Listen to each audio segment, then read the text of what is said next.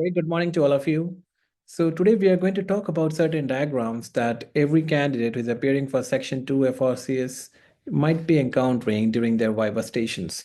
Okay, so when you appear for the Section 2 Viva, you'll be handed over a paper and a pencil, and you might be asked to draw certain diagrams to simplify what you are saying. You might be asked to just draw certain flowcharts or even write down certain formulae to just to communicate whatever you are saying. That would simplify the things and make you score higher. The important tip is when you are drawing something, don't get too much engrossed and don't spend too much time in the diagrams. Okay, keep it a very simple pencil diagram, and when you are drawing, keep talking to the examiner, keep explaining what you are drawing. Don't wait for the diagram to complete and start talking afterwards. Don't do that way. So keep talking, keep explaining your diagram while you're drawing it. So over the next 5 minutes, we'll be looking at certain topics that you might be expecting, should be prepared. And it's not the only topics that you should be prepared. You can always add on to this because it's just to give you an idea. Okay. So if we just broadly classify the different topics you should be preparing, one of them very important is anatomy. Everybody knows when you appear for the exam, your anatomy should be very strong. You should be confident in drawing anatomy of, this is for example a prostate zones. Okay, in your BPS station you can encounter to draw the zones of the prostate, and then there should be no confusion in that. And you might be asked to draw the cross section of the penis. You might get this in your canal fracture scenario or in any of the scenarios. So let us just keep it an open discussion. For anatomy, try to keep your pictures clear, keep your concepts clear, and learn to draw the pencil diagrams so that you don't spend too much time in your Viva. The next is, suppose you might be getting questions from physiology. You might be asked to draw physiology of the hypothalamo-pituitary axis. Okay, this is from andrology. And you might also be asked to draw in your functional station, neurology station, you might be asked to draw the neurological supply of the bladder. So this might be time consuming if you have not prepared it previously.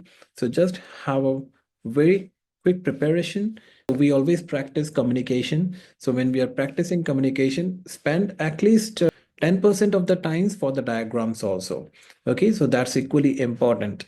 So again, in technology, there are certain things which are very potential exam scenarios where you might be asked to draw the diathermy waves and even for the waveforms of the shockwave lithotripsy, and different mechanisms are there for the shockwave lithotripsy, including the electromagnetic, electrohydraulic, piezoelectric, whatever mechanism. Just know a little bit of the diagrams, the basic mechanisms, the focal point, what is focal point 1, where do you draw the focal point 2. Just know a little bit about this. Your basics should be clear so that you are able to express it confidently and you're not fumbling in front of the examiners.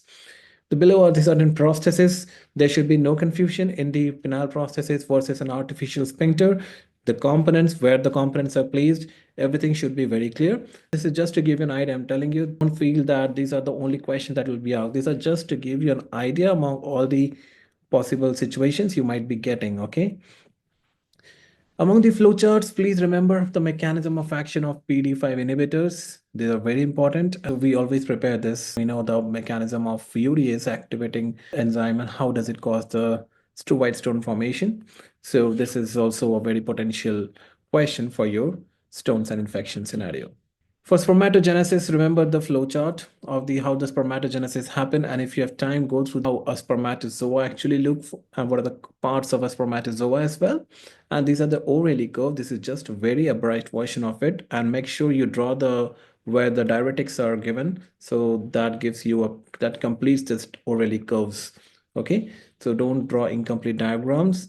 Make sure you tell the examiner the importance of the axis, whatever you're drawing. If you are in graphs like this, or you might get graphs like ICS nomograms. So draw the axis, tell the examiner why you are putting this in that axis and all. Make sure you have a clarity in your diagram. You are able to clarify certain concepts via the diagram. You might be asked to draw certain surgical incisions and surgical steps, surgical principles. So just you're reading or preparing the surgical steps, for example, the hypospadias, we do a TIP procedure, just you know how to make an incision, where do you make an incision, and in case you might be asked to draw that. Bell clapper deformity, again from pediatrics, you might be asked to draw this, what is actually a bell clapper deformity, how does it happen, and why. So these are certain things. I'm telling you, these are not the whole of the syllabus for the diagrams, but these are just 50% if you have to know what are the topics, what are the broad headings where you can keep adding your notes as well. For example, if you keep up anatomy, you can add more into it. You can add the blood supply of the urethra. You can add so many topics are there that can be added into these headings.